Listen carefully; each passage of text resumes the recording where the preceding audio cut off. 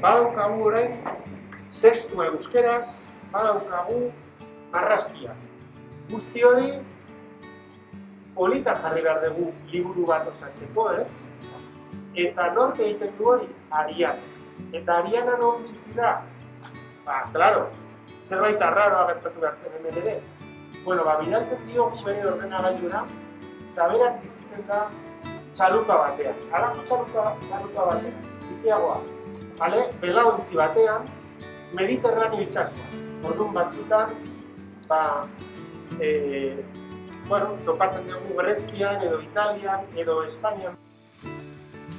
Euskal Herriak badauka oso mitologia aberatsa. Badakizue non gertatzen dena, non dagoen mitologia aberatsa?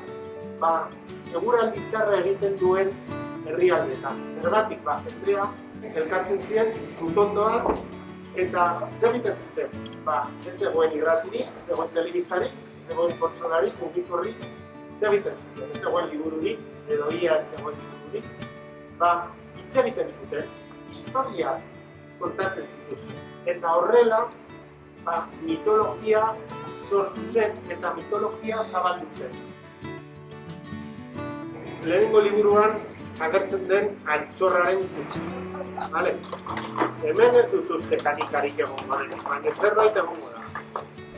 Zuen laguntza beharko dut irekitzeko.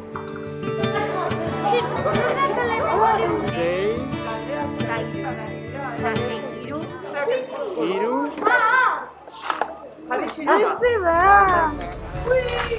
Beste kutxa bat. Eta orain bost letra behar ditugu. Segongo da barruan, beste kaja bat. A ber, tira.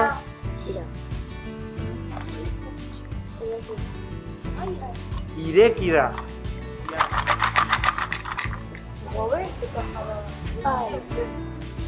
Hola, txapak daude, guztiontzat.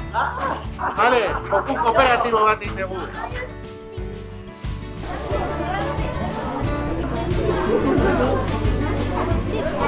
Eskerrik asko.